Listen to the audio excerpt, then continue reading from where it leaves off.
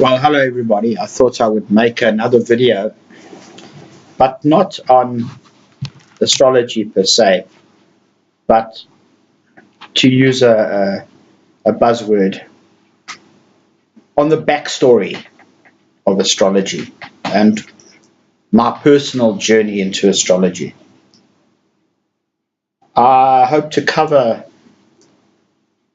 what an astrologer is, who an astrologer is, what kind of people are drawn to astrology, and what it meant to me on a personal level. As I said in one of the earlier videos, I discovered astrology coming back from Israel. I used to fly there periodically, heaven knows why. One day I bumped into a chap coming back on the flight, and he basically summed me up. Once he knew my ascendant and my sun and my moon, he knew who I was. And that got my attention. But it wasn't just that. Astrology was a long time in coming. I've always been a questioner, seeker. My beginnings in esoterica were with Hare Krishna. Radhaswami, sure some of you guys know all these movements. Satsang, Rajneesh, he goes by the name of Osho these days, or did before he died. I've always been a seeker, but Rajneesh Osho came closer to the truth when he said, as long as you're a seeker, you'll never, ever, ever get anywhere, because that's all you'll ever be, is a seeker. And he applied that to the whole New Age movement, where everybody's looking for a guru, and like Friedrich Nietzsche, whose message essentially was, be authentically yourself, become your own guru. If truth be known, I'm sure that Rajneesh, we'll know he was a professor of philosophy at the Delhi University. Rajneesh never quite gave Nietzsche the credit he should have. And being young, one thinks it's original. Well, Nietzsche had it all 100 years ago, but that's another story. So,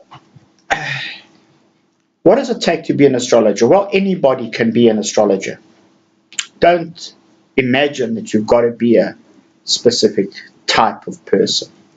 Yeah, sure, you may have to be a bit more serious, more introspective, more of a seeker perhaps, but essentially when you know the rules of astrology, it's like knowing anything else. So there's no great mystery. Astrologers pride themselves on being Aquarian or Uranian. They say, like Jewish people, you get 5 Jews in a room, you get 100 opinions, you get 3 astrologers, you got 100 different points of view. Well, in fact, it was Ptolemy, or was it William Lilly, who said that by however much you digress from the rules of astrology, that's how much you'll be wrong by. And that's true. You can't be a total loskop. You can't be a total airhead. You have to think about life. And one of the beauties of astrology, it lets you see beyond your own mortality. For instance, I'll give you an example. I will probably never see Saturn in Cancer. Now, what else is there that you could even think? That you could say, well, I'll never see, yeah, you might never see your great-great-great-grandchildren, but that's not a great insight. Astrology lets you look forward in time. And so, in the words of Jackson Brown, and I might mention songs and lyrics from time to time, but Jackson Brown said, when you see through, he said, love's illusion, but I've changed it slightly.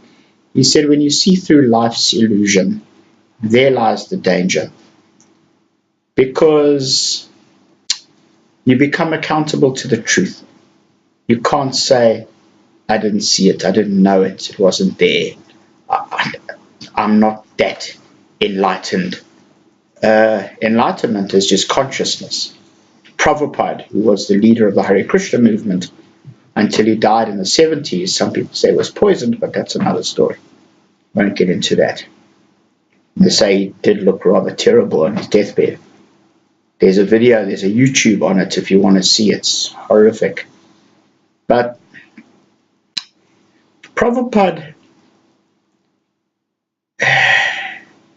was an amazing person. He wasn't particularly into astrology because it wasn't Krishna consciousness, so as to speak. It was like a distraction, but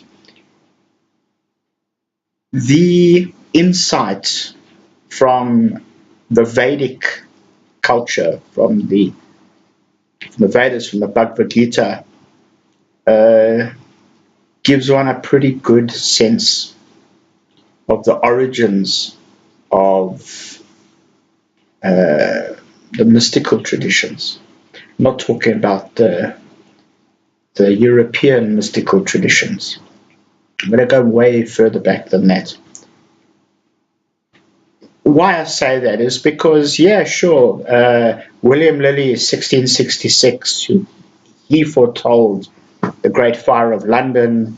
There have been great astrologers, but they knew as much of how it works as we do today. We don't know how astrology works. It seems to work. In my previous video, I did mention that the view to understanding astrology is to understand that everything and everybody is connected.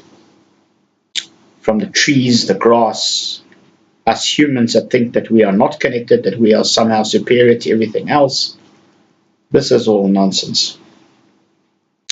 And that's why astrology, when you look up into the sky at your birth chart, and we'll speak about how to view a birth chart, is a moment in time, frozen, and it's the quality of the moment. You've heard me say this before. So, where do we go from here? I'm going to switch off for a second.